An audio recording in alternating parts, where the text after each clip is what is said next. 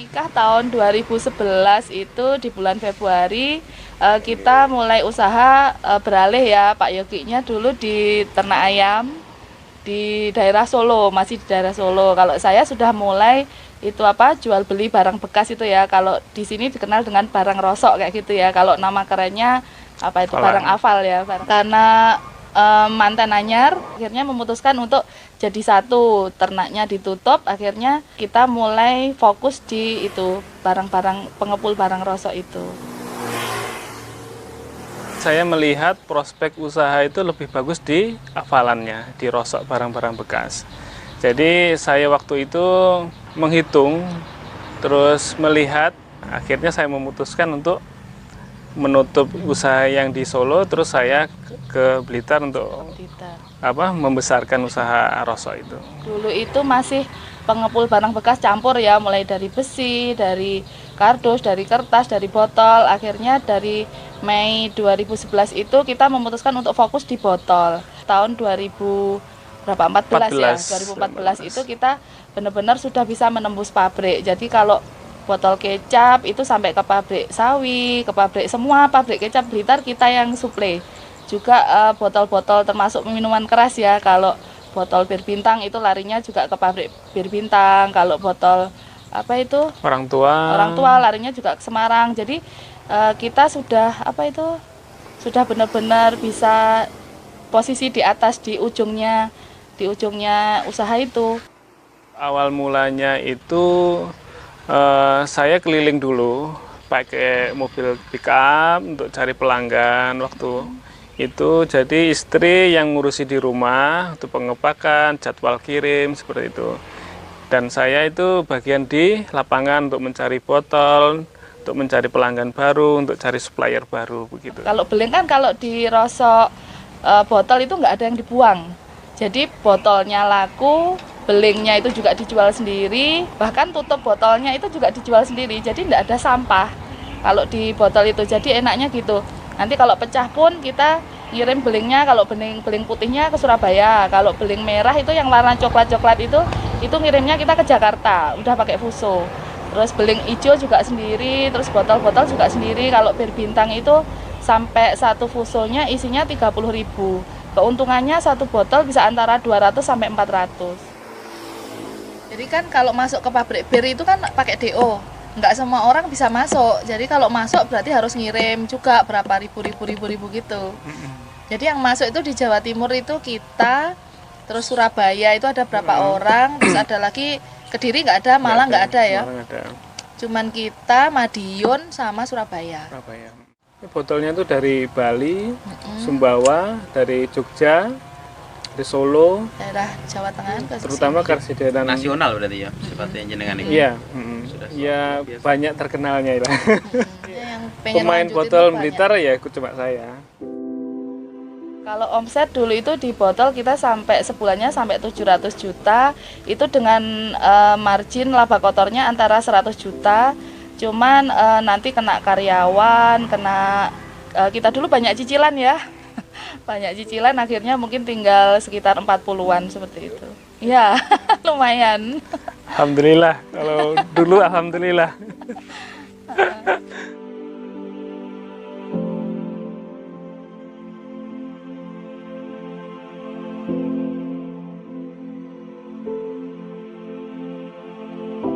Temen itu ada yang telepon, alhamdulillah sekarang saya sudah bebas riba. Terus kan kita mulai nyari-nyari ya riba itu apa, seperti apa. Nah kondisi kita saat itu kita memang menggunakan uang dari bank juga. Kita kan menyiapkan botol untuk diisi lagi dengan botol minuman keras. Walaupun semua bukan botol minuman keras, tapi sekitar 70% itu yang paling pegang peranan itu botol minuman kerasnya. Akhirnya kita memutuskan ini usaha kita lanjut atau tidak. Padahal untuk dari segi bisnis itu sudah sangat baik, sudah bagus, dari segi omset, profit semua sudah bagus. Karena kita berbisnis itu nggak cuma mencari dunia saja, Nah, akhiratnya pun kita cari. Bisnis ini banyak mudaratnya daripada manfaatnya. Jadi kita mikirnya itu 6 bulanan ya. Sudah tidur nggak enak, terus apa lagi nggak enak kayak gitu. Puncaknya itu waktu ada kejadian itu ya, satu pickup itu nominalnya itu kan 16 juta. Dari 16 juta itu untung 4 juta. Itu untuk diisi minuman keras lagi ya. Kita ngirim ke daerah dekat juga ke Kediri. Waktu itu truk kita juga berangkat ngirim kertas karena usaha kita itu udah sama kertas ya kertas waktu itu ya. dan botol. Kertasnya dikirim ke mana ya? Surabaya. Ke Surabaya. Itu sopirnya itu lalai. Jadi tutup radiatornya nggak ditutup, akhirnya truk kita itu turun mesin, habisnya juga sama 4 juta. Jadi kayak wah ini benar-benar memang harus peringatan dari Allah. 4 juta untung, 4 juta juga hilang. Kalau Allah memang mau musnahkan pun ya wes hilang gitu aja. Jadi kalau untuk dari keluarga itu terutama orang tua, saudara, banyak yang menolak. Kok goblok mentoh ninggalnya usaha yang sudah profit, yang sudah bagus gitu. Tapi memang tidak mudah gitu. Banyak sekali cemooh, terus sok suci seperti itu. Jadi kita pun enggak apa-apa, bismillah lah gitu. Itu sempat ke beberapa ustadz ya nanya, kan karena memang masih awam, kita belum mengerti agama yang ini, riba itu benar nggak sih, terus usaha saya seperti ini hukumnya seperti apa itu. Nah pada puncaknya waktu kita ikut ngaji di Malang itu ada ustadz dari Jawa Tengah, itu Ustadz Al-Jawi ya kalau nggak salah ya. Ibu itu mau menyapu lantai yang kotor dengan sapu yang kotor, kapan bersihnya? Istilahnya itu tadi, saya punya hutang riba, mau dibersihkan dengan usaha saya yang penuh dengan botol minuman, lah kapan bersihnya? Nah itu puncaknya kita itu benar-benar besoknya udah wes memutuskan hijrah gitu ya. Iya. Sempat juga saya nyari ustadz yang membolehkan mencari dalil-dalil lah. Yang membenarkan riba enggak. Ternyata semuanya nggak ada. Bahwa riba itu memang benar-benar haram. Makanya ya udah Bu, kita bismillah, kita close usaha yang lama, kita mulai dari yang nol lagi. Waktu itu kan kita karyawan ada 40 orang ya, 30 orangnya itu cowok, 10 orang itu ibu-ibu pencuci botol. Nah kita pas berhentinya nggak langsung berhenti sih, berhentinya botol minuman keras dulu yang berhenti. Itu langsung mengurangi karyawan, sedih juga ya kan kalau harus mecat kayak gitu. Biasanya udah bareng-bareng kerjaannya udah enak, akhirnya ya memang harus dikurangi, karyawannya dikurangi. Terus pencuci botol ibu-ibunya juga harus mandek juga kayak gitu. Ya sedih banget. Ngambil truk lunas itu kita ngambil lagi apa. Jadi istilahnya itu pokoknya kalau satu lunas harus punya lagi satu lagi, harus punya cicilan lagi gitu. Jadi mindsetnya itu mindset berhutang itu kuat banget. Jadi kalau mau sukses ya harus berhutang kayak gitu. Pernah sampai truk itu tiga truk, pickupnya 1. Kurang lebih kalau untuk operasional itu sekitar 60 jutaan. 60 itu untuk operasional dan cicilan dan karyawan. Nah, tidak mudah sih untuk kita melepaskan sesuatu yang sudah kita raih dengan susah payah gitu, tidak mudah juga. Sebetulnya untuk mempersiapkan perpindahan itu kita nggak mempersiapkan Pak Agung. Jadi kita nggak mempersiapkan itu, kita itu wis pokoknya wani gitu loh. Jadi nggak mikir sebetulnya itu. Kalau dipikir sekarang tuh ya ngeri juga ya dulu itu.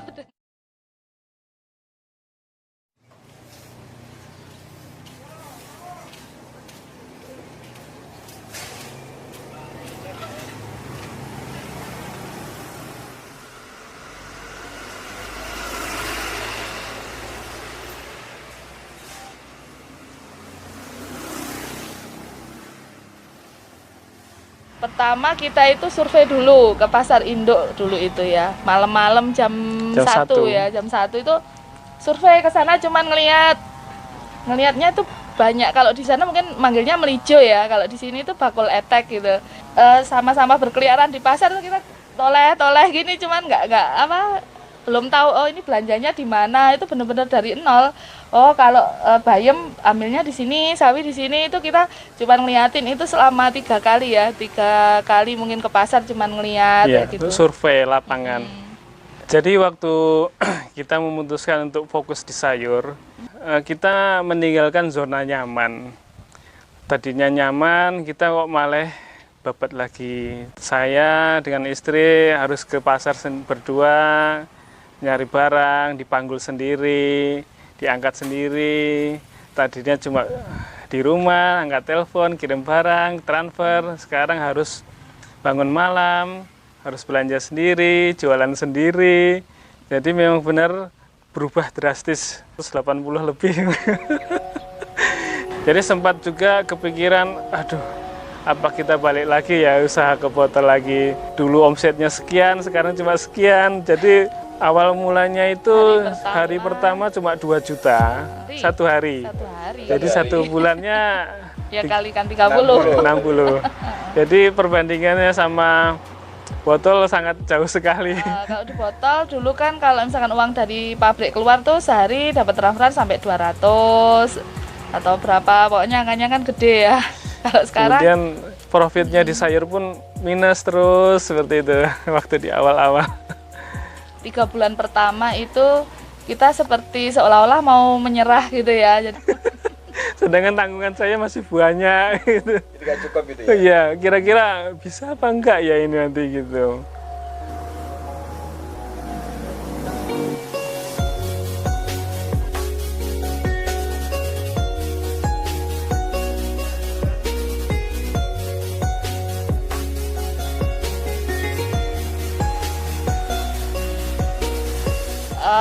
itu hanya pekarangan yang pengennya itu gambaran kita itu pengen bikin warung kecil tradisional mungkin dari bambu atau gimana, jadi kesannya tradisional. Terus saya bilang sama ibu dulu ya, karena kan yang punya tanah itu namanya Bu Hajah Siti, itu terkenal orang kaya di desa itu ya. Jadi pertama pamit mau izin nyewa itu ibu udah komen dulu, apa ya boleh, wong itu orangnya nggak butuh uang, apa ya boleh disewa kayak gitu. Di situ saya itu yakin benar-benar dikasih kemudahan itu loh, berarti barang siapa meninggalkan sesuatu karena Allah, karena ingin bertawak kepada Allah, dia akan mendapat gantinya yang lebih baik. Nah itu dari situ itu kita udah yakin wah ini diganti yang lebih baik insya Allah kayak gitu. Display pertama itu barangnya itu sedikit karena kan belum pengalaman yang laku apa, cuman di benak saya itu udah ada kalau di pasar kan kalau ibu-ibu tuh kalau belanja kan wirawiri istilahnya, nanti cari ikan di sana, cari sayurnya di sini. Kalau dari awal tuh kita memang pengennya itu bikin apa ya istilahnya one stop shopping gitu ya.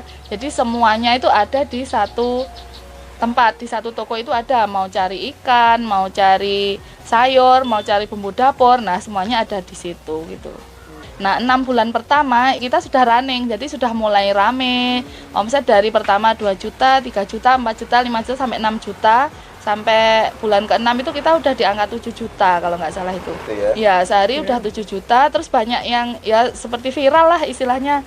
Kalau warung sayur kan biasanya kecil, kotor, terus yang jualan juga judes kan kayak gitu ya. Kalau di kita kan orangnya ya alhamdulillah udah ramah, terus tokonya juga bersih, terus lengkap juga. Jadi benar-benar jadi pilihan orang-orang belanja. Jadi cepet ngangkat, dulu itu cepet rame gitu.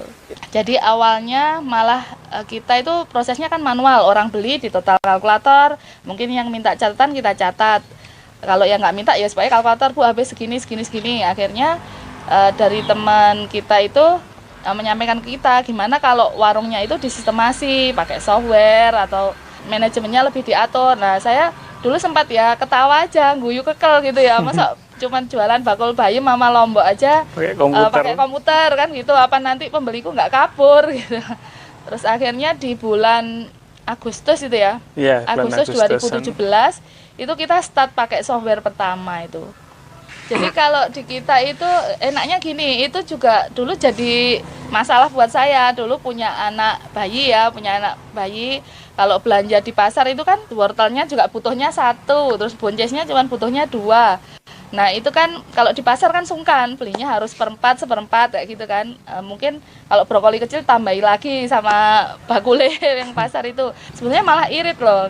Kita itu beli buncis misalkan butuhnya 3, ngambil 3 ya nggak apa-apa. Kita sudah pakai itu harga ons, jadi udah kita setting mau beli harga kilo ya nanti ikut harga kilo, harga ons juga on. Jadi misalkan beli telur cuma butuhnya 2 ya nggak apa-apa.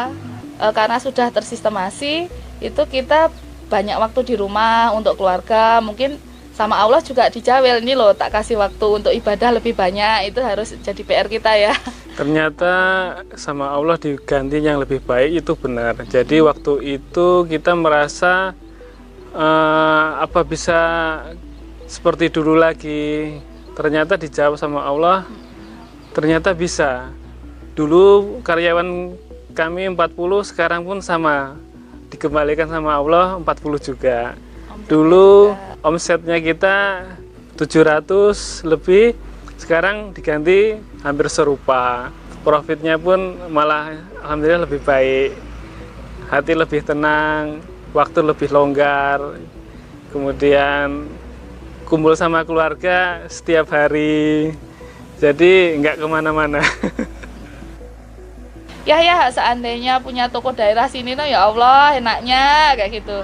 Yang saya incer itu ruko yang di pojokan Jalan WR itu.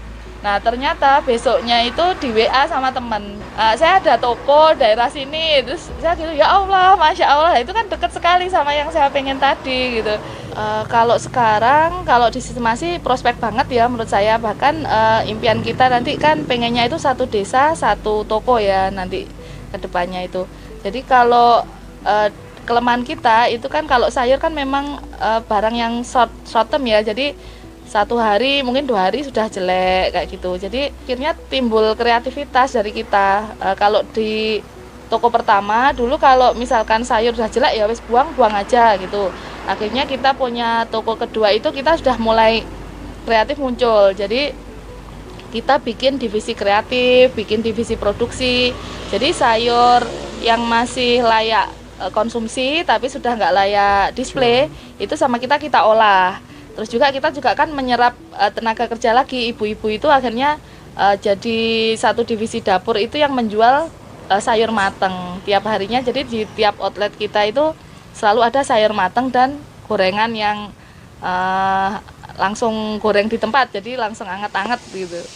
Kita sudah punya, kalau sekarang udah punya hitungan berapa persen yang maksimal rusak itu berapa persen. Kalau melebihi itu kan emang harus berbahaya, apa yang harus dilakukan, mungkin perawatan atau apa itu kita kan lagi proses ke situ. Kalau buah itu kan misalkan apel gitu ya, apel itu kan kadang udah coklat, ada belentongnya coklat, itu kan kalau pembeli udah nggak mau ngambil ya. Nah itu nanti sama toko akan dijual ke divisi kreatif nanti yang rusak tadi, yang coklat tadi dibuang, itu nanti bisa dijual berupa salad buah bisa, atau jus buah bisa kayak gitu, rujak buah juga bisa gitu. Jadi toko-toko jual ke divisi kreatif untuk dijual lagi ke toko berupa barang yang sudah siap makan.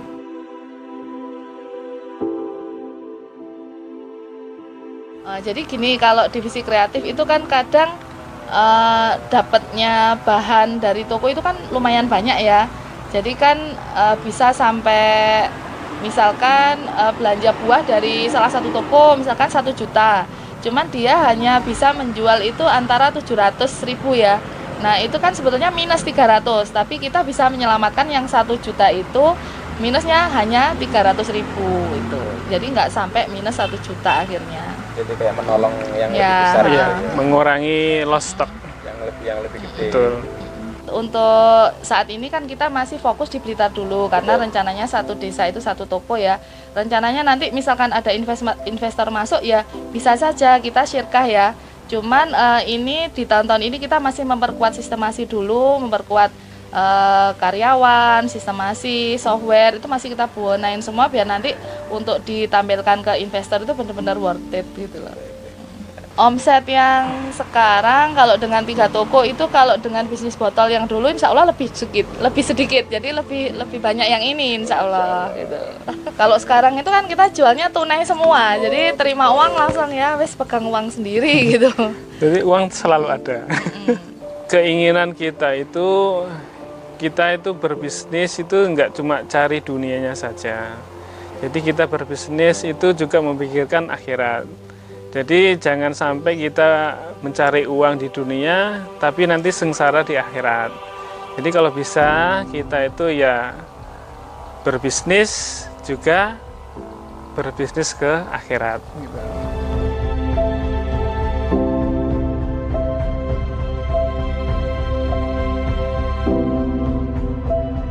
Assalamualaikum warahmatullahi wabarakatuh. Kami owner warung sayur segar yang beralamat di Tingal Ngarum, yang kedua di Jalan WR Supratman Blitar, dan yang ketiga di Jalan Kaliberantas Blitar. Nama saya Bu Yona Rista, panggilannya Bu Yona. Saya namanya Pak Yogi, dipanggil Pak Yogi.